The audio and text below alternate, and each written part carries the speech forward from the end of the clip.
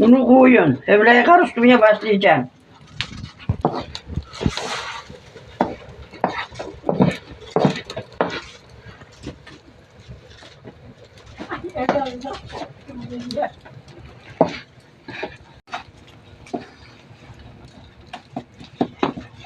Evle yiyen gelsin daha.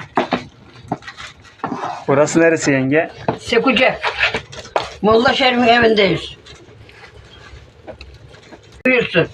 Herkesi bekleriz. Kapımız açık. Herkesi bekleriz. Her şey var. Buradaki bayırdaki de. Ha gelsin. Hoş geldi, sefa Ha. geldi. Hoş geldin, sefa verdi. Hevleye koydum ocağa. Karıştırmaya başlıyor.